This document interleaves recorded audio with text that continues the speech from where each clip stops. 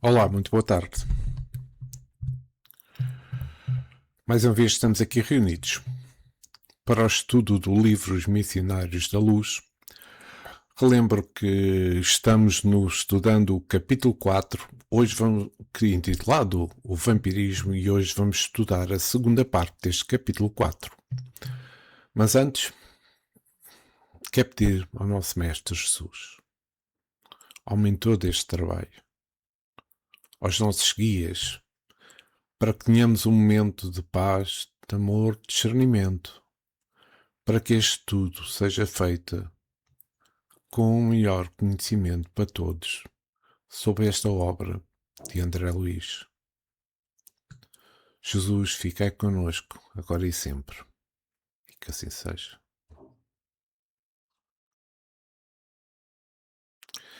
Vamos então iniciar o estudo do capítulo 4. Mas antes, quero referir que na primeira parte deste capítulo nós falámos concretamente da definição de vampirismo,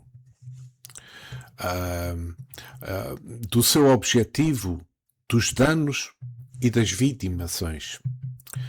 E relembro que o vampirismo, na visão espírita, é uma forma grave de obsessão, compreendida como o parasitismo energético, onde espíritos desencarnados ou encarnados esgotam fluidos vitais de encarnados, ou também de vice-versa. Embora Kardec não utilize a palavra vampirismo nas suas obras de codificação, ele define a obsessão como uma influência persistente que causa desequilíbrio emocional, físico e mental.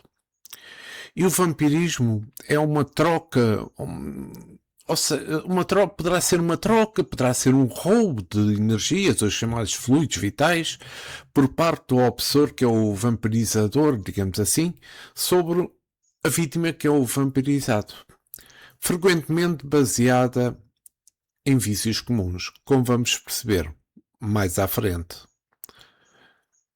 Então, vamos iniciar a segunda parte do capítulo 4.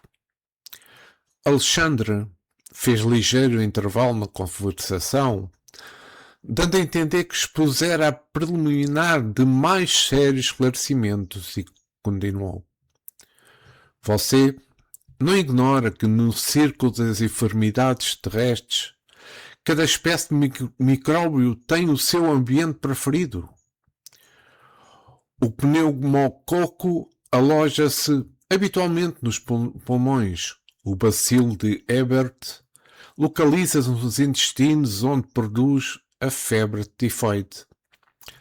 O bacilo de Klebsiella situa-se nas mucosas, onde provoca a difteria. Desculpa. Em condições especiais do organismo, proliferam os bacilos de Assen ou de Koch. Acredita você que semelhantes formações microscópicas se circunscrevem à carne transitória? Não sabe que o macrocosmo está repleto de surpresas em suas formas variadas? No campo infinitesimal, as revelações obedecem à mesma ordem surpreendente. André, meu amigo, isto era a questão de Alexandre a falar, como é óbvio. André, meu amigo, as doenças psíquicas são muito mais exploráveis. A patogênese da alma está dividida em quadros dolorosos.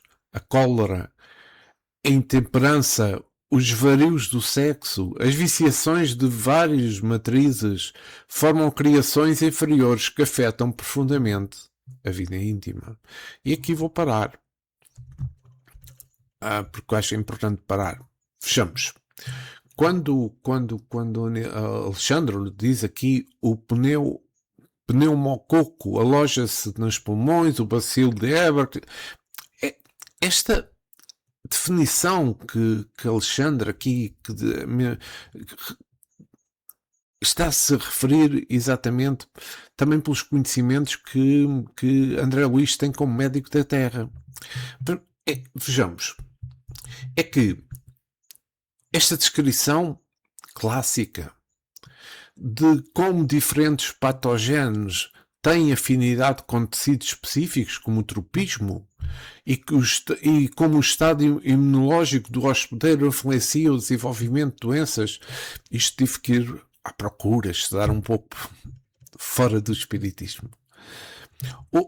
O pneumococo é um habitante comum na nasofaringe humana, pode emigrar para os pulmões causando pneumonias e nas outras áreas causando otite e meningite. Quando ele falou do bacilo de Ebert, isto é transmitido pela via oral fecal. Localiza-se e multiplica-se no intestino delgado. Causa a febre tifoide, como eu também mencionei.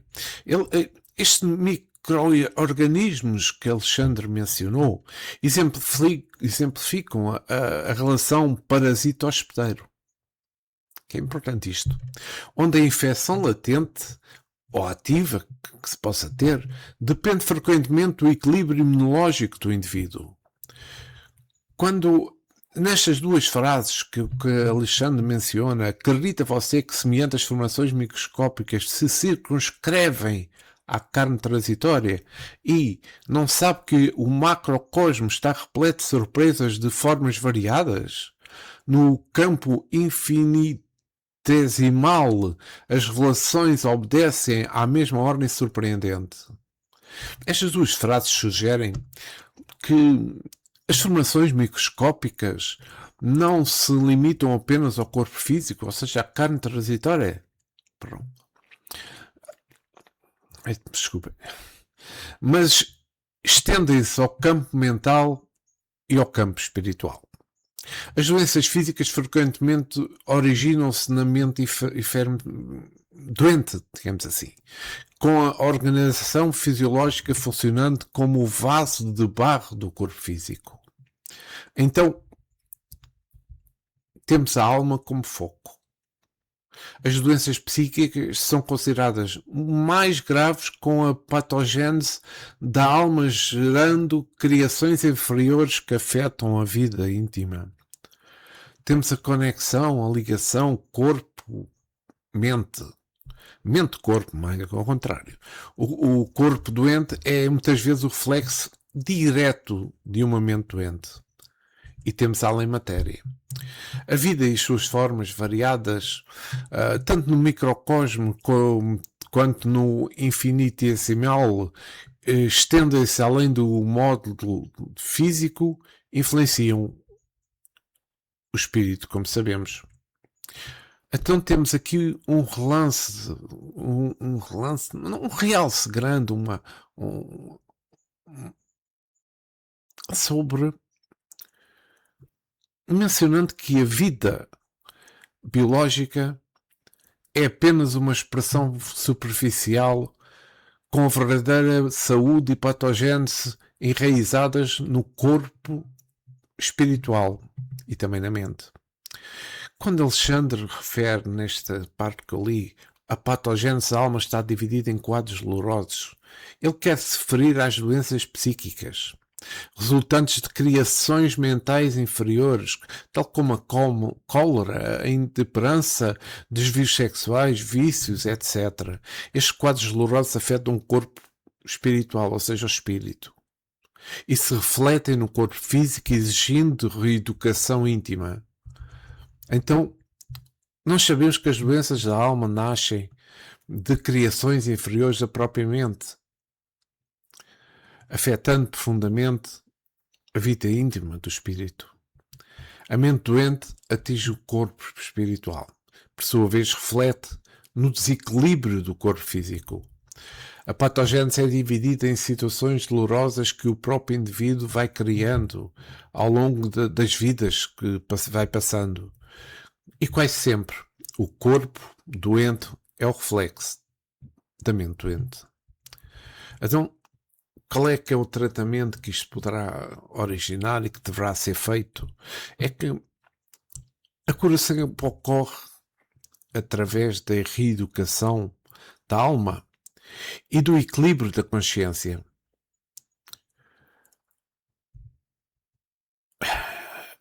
É que a patogênese da alma, ou chamadas também, por outras palavras, doenças da alma, são o somatório de descuidos morais, de descuidos mentais, refletindo como as doenças psíquicas, sendo mais dolorosas e profundas do que as físicas e exigindo uma transformação no modo de agir e no modo de pensar, a reforma íntima. E então há aqui outra parte que Alexandre menciona: a cólera, a intemperança, os desvarios do sexo, viciações de várias matrizes, formam criações inferiores que afetam profundamente a vida íntima. Esta citação que Alexandre tem ensina que as emoções, os vícios inferiores, geram formas de pensamento nocivas. Pensamentos negativos criam um ambiente psíquico completamente tóxico, onde a mente enferma afeta diretamente a saúde integral. E, como detalhado em blogs sobre fluidos de pensamento, miasmas e larvas astrais, as ações produzem efeitos e os sentimentos geram criações que, ao atingir um molde perispíritico, se manifestam no corpo físico. A doença física é frequentemente a colheita de uma semeadura mental, emotiva, negativa, onde o ambiente íntimo adoece antes do corpo. Cada indivíduo é criador da sua própria realidade vibratória, através, como eu já mencionei, das suas ações, dos seus pensamentos. E vamos voltar ao nosso estudo. Quase sempre o corpo doente assinala a mente enfermiça. A organização fisiológica, segundo conhecemos no campo das cogitações terrestres, não vai além do vaso de barro dentro do molde pré-existente do corpo perispiritual. Corpo espiritual. Atingindo o molde da sua estrutura pelos golpes de vibrações inferiores, o vaso refletirá imediatamente. É importante aqui uma parte que vamos falar, como é óbvio. Nesta frase de Alexandre, ele realça a reação, não a reação, mas a relação, existente entre o perispírito, o molde perispiritual e o corpo físico. Pois tudo o que é criado pelo perispírito, como os pensamentos, como os sentimentos, principalmente de ordem inferior, geram emissões mentais. Ou seja, fluidos que se refletem no perispírito de quem os cria. E os fluidos que criam formas a esses pensamentos são entranhados, digamos assim, com o tipo de natureza destes, ou benéfica, ou maléfica. Este parágrafo descreve bem a visão espírita da psicossomática. A mente, que é o parte do espírito, é a causa, e o corpo físico é o vaso de barro, é o efeito.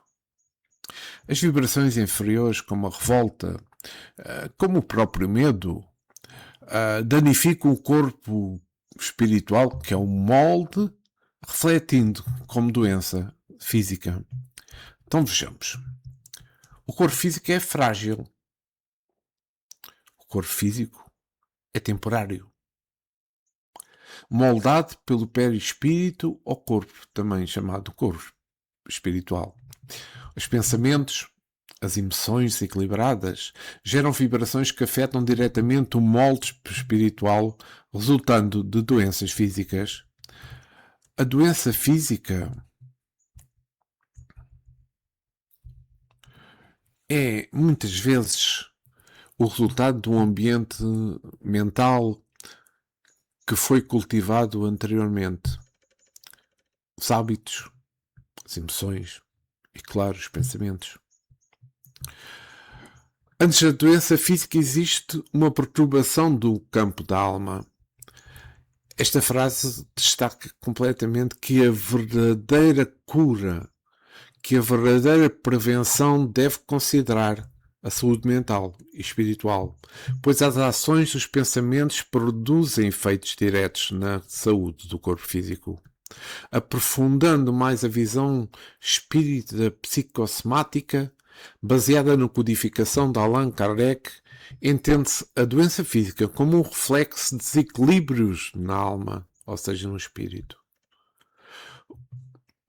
que molda o corpo físico através do perispírito. Estão a compreender a relação? Ou seja, o reflexo dos desequilíbrios que existem na alma, no espírito, que molda o corpo físico através do perispírito.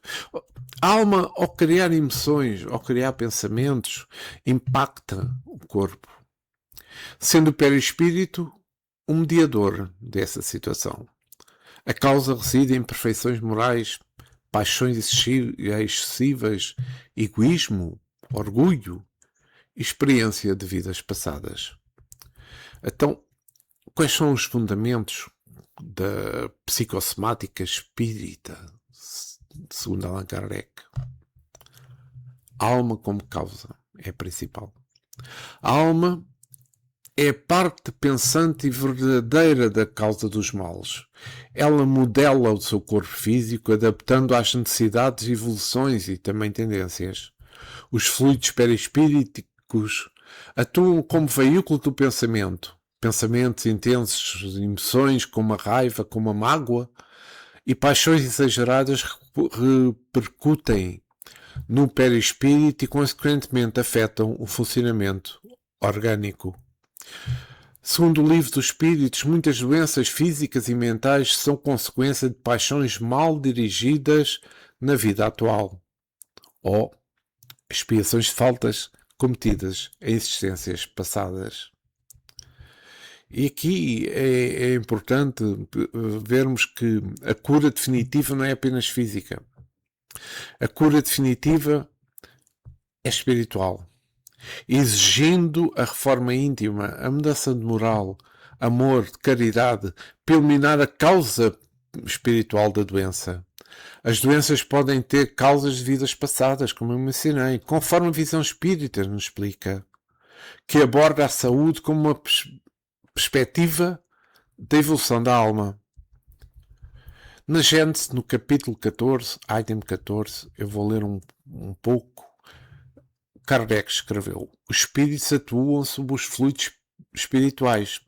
Não são não os manipulando como os homens manipulam os gases, mas empregam o pensamento e a vontade.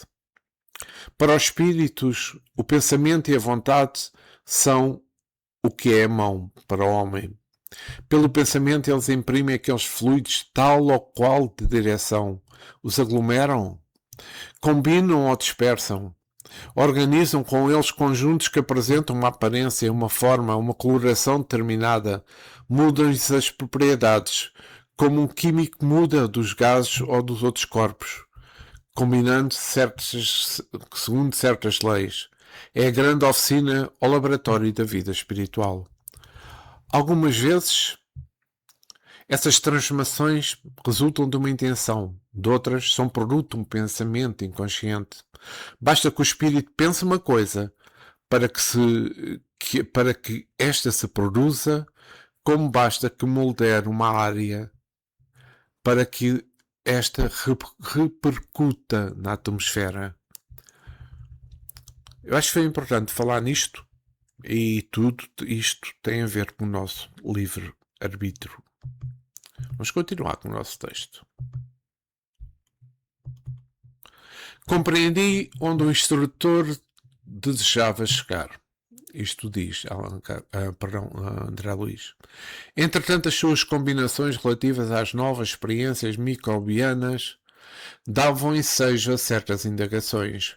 Como encara o problema das formações iniciais? Encontrava-se a afecção psíquica no mesmo quadro sismatológico que conhecera até então para as enfermidades orgânicas em geral. Haveria contágio de moléstias da alma? E seria razoável que assim fosse na esfera onde os fenómenos patológicos da carne não mais deveriam existir? Afirmava Virchow que o corpo humano é um país celular onde cada célula é um cidadão, constituída a doença um atrito dos cidadãos, provocada pela invasão de elementos externos. De facto, a criatura humana desde o berço deve lutar contra diversas flagelações climáticas entre venenos, bactérias e bactérias de variadas origens. E aqui vou parar novamente. Esta é mais uma reflexão, para termos uma reflexão profunda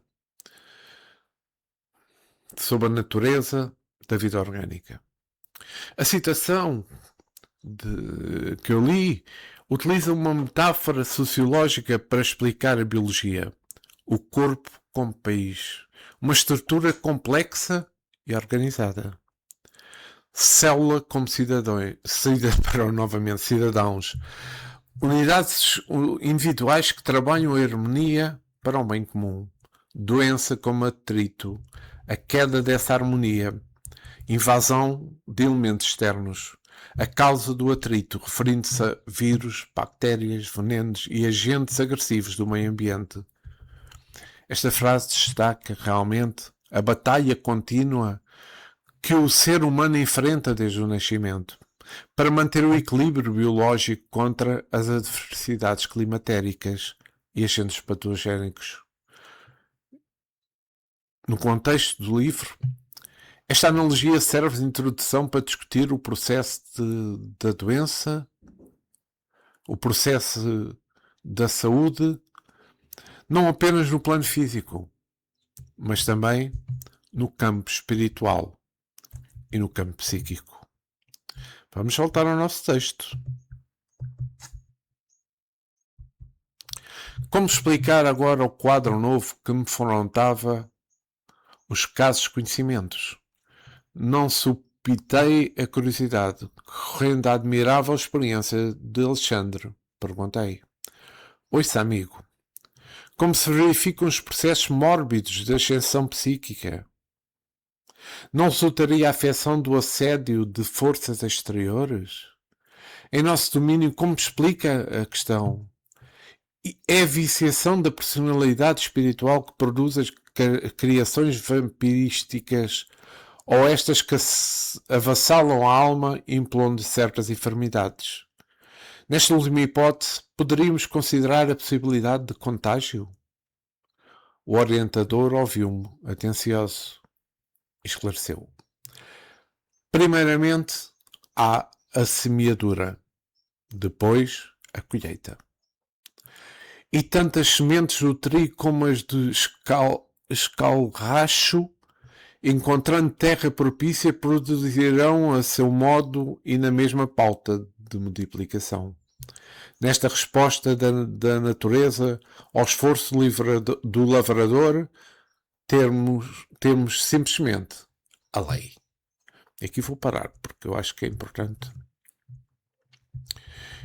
Aqui, baseando na pergunta de André Luiz, baseando nesta resposta que Alexandre mencionou, eu acho que esta frase reflete muito bem a lei da causa e efeito. Ou semeadura, colheita. Onde as ações, os pensamentos, os sentimentos, que são as sementes, geram consequências inevitáveis na colheita, conforme a natureza do que foi plantado. Tanto o bem, o trigo, como o mal, o joio ou o escalracho, produzirão frutos proporcionais ao ambiente mental e moral proporcionado. Então cada indivíduo é responsável pelas forças que lança na vida. O ambiente, a terra propícia, e determina a velocidade do crescimento. Assim como na agricultura, a vida espiritual e moral, na vida espiritual e moral, a colheita é inevitável e condizente com a semente. O processo é um processo de dor. Dores e dificuldades, aflições e hecatombes. São frequentemente a colheita do joio, atitudes negativas, agindo como destruição e de aquisição ruinosas. A terra é o nosso coração, a nossa mente. O Evangelho e as influências espirituais germinam de formas distintas dependendo de quem recepcionar. Cada um de nós está num estado evolutivo diferente. Logo, a recepção varia de indivíduo para indivíduo.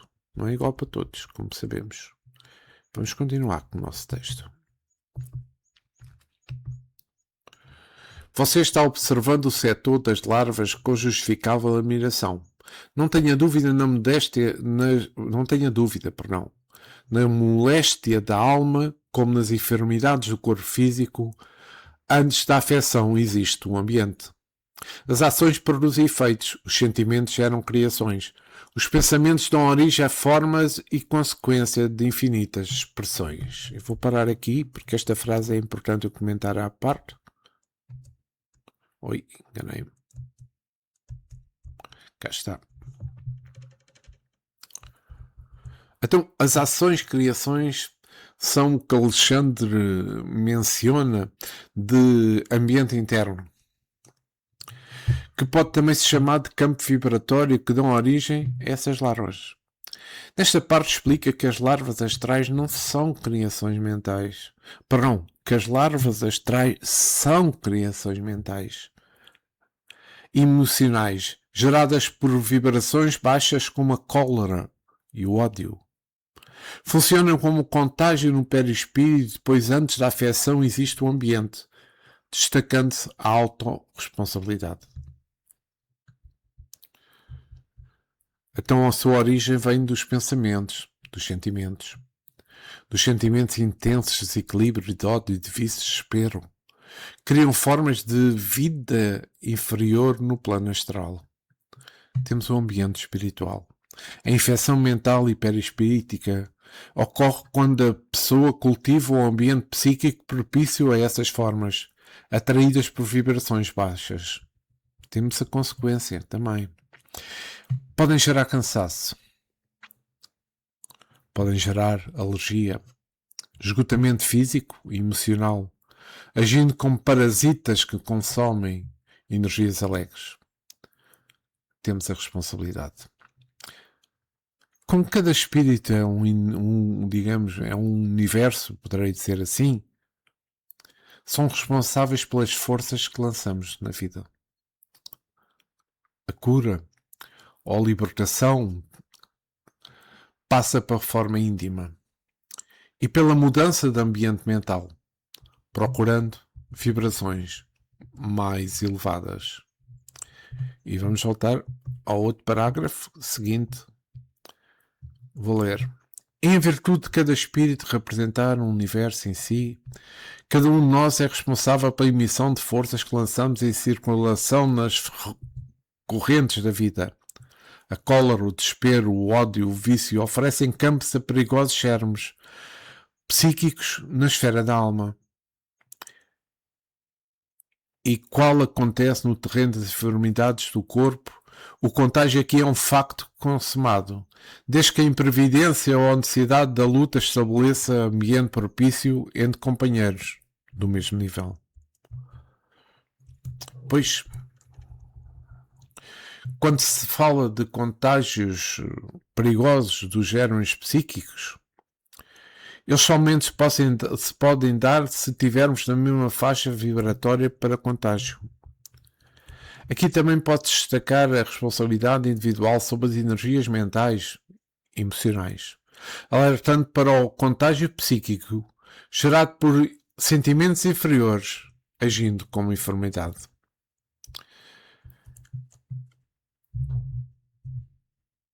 Como eu mencionei, sendo cada indivíduo um universo por si, somos os únicos responsáveis pela qualidade das forças que emitimos, os pensamentos e as emoções que emitimos para o universo. Os germes psíquicos são emoções como a cólera, como o ódio, como o desespero. Não são apenas estados internos, elas criam germes ou formas de pensamentos que influenciam a esfera da alma. Semente a doenças físicas, sentimentos negativos podem se espalhar, como sabemos todos, não é? Gerando contágio psíquico, quando o indivíduo se encontra em desequilíbrio ou ambiente propenso. A observação é extremamente precisa e alinhada com os estudos modernos da psicologia e das neurociências.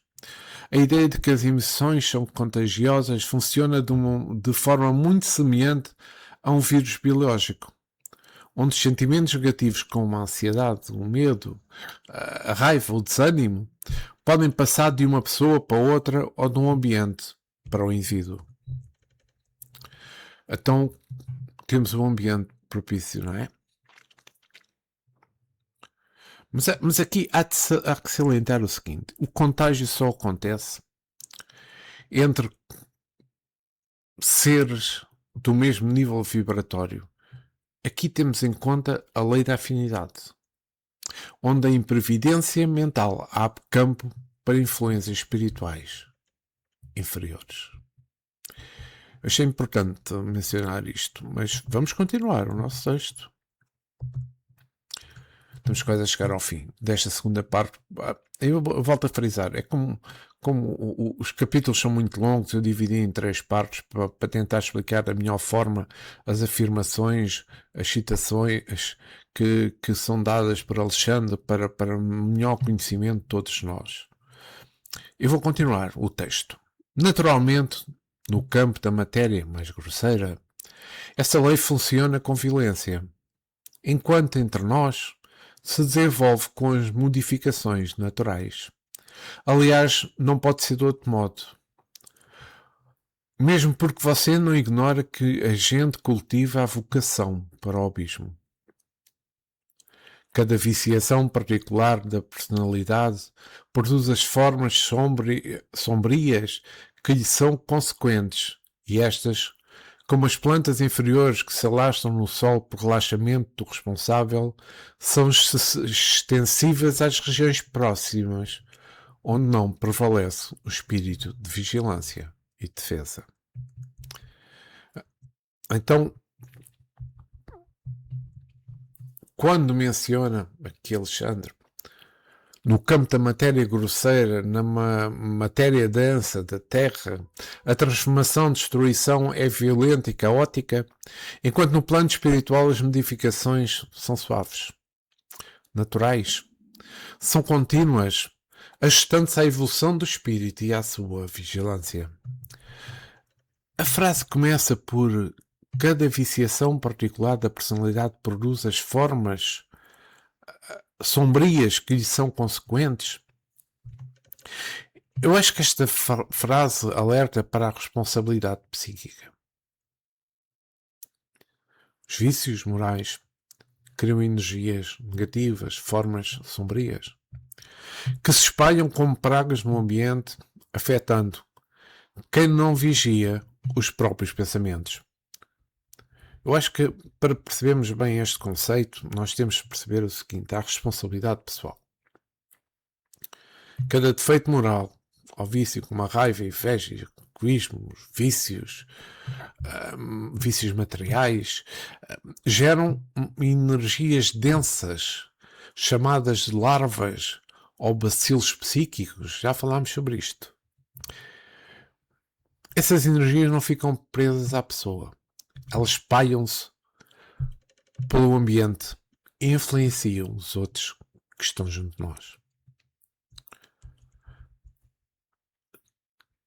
Quando se fala da planta inferior, a analogia com plantas que se alastram no sol sugere que, se não houver vigilância, a negatividade espalha-se silenciosamente e criam raízes.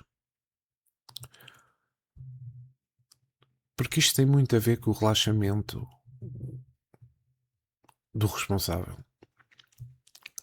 A proliferação ocorre quando o indivíduo deixa de vigiar os seus pensamentos, as suas emoções, permitindo que a viciação cresça. Então temos de ter vigilância e defesa. A única forma de impedir a proliferação destas formas sombrias é através da oração, do pensamento positivo e da reforma íntima, agindo como escudo.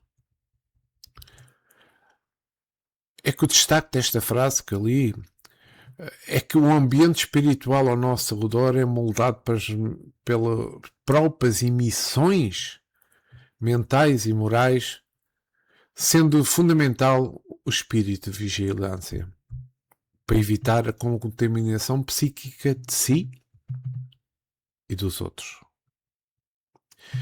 Esta frase também que eu vou realçar, que é o ambiente espiritual ao nosso redor é moldado pelas nossas próprias emissões mentais, e emoções morais. É que eu realço esta frase novamente porque esta está em conformidade com os ensinamentos de Allan Kardec na codificação espírita. Pois nós sabemos que, segundo o Espiritismo, que o ambiente espiritual à volta de cada indivíduo é moldado pelas suas emissões mentais e pelas suas emissões morais, através do processo da sintonia, como falei anteriormente.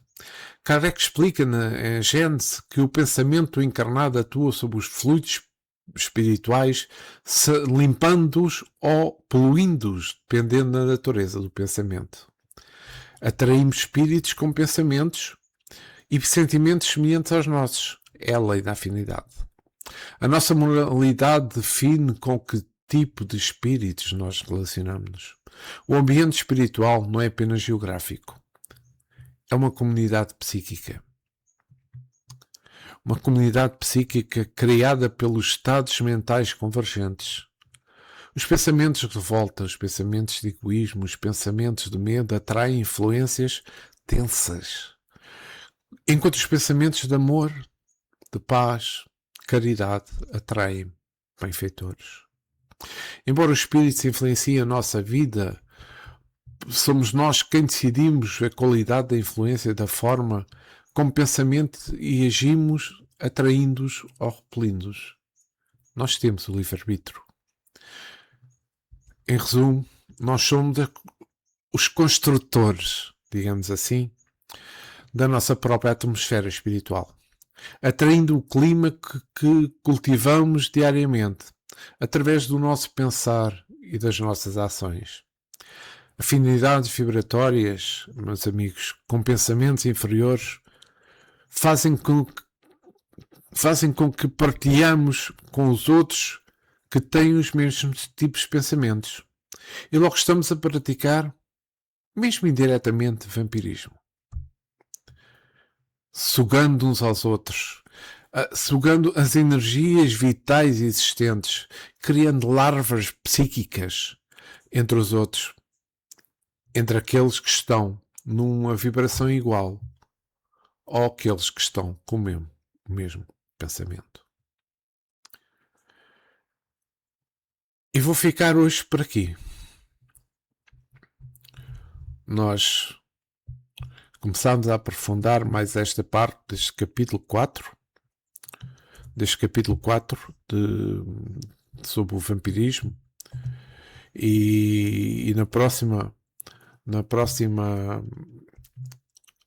parte, que vai ser a terceira parte, que irei gravar ainda esta semana,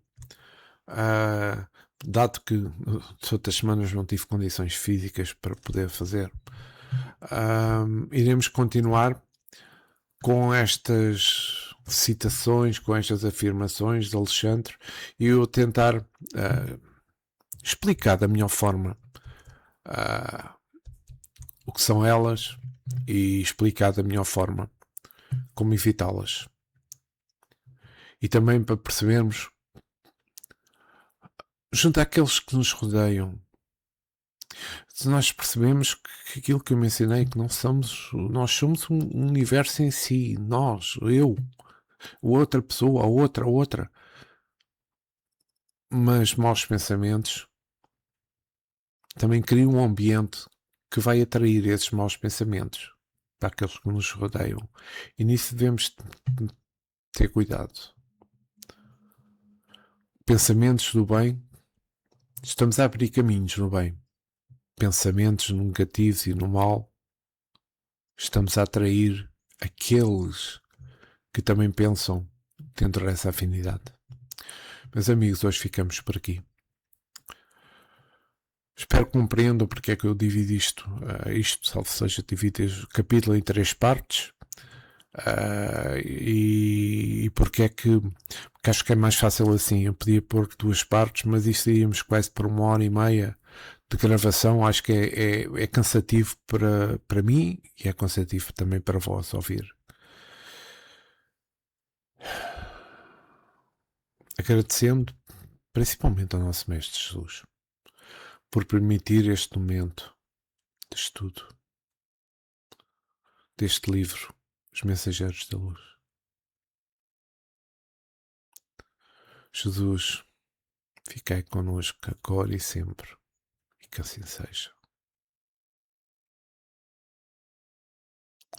Obrigado por terem estado comigo. Faltarei ainda esta semana para a gravação da 3ª parte deste capítulo 4, Vampirismo. Muita paz, muito amor para todos vós.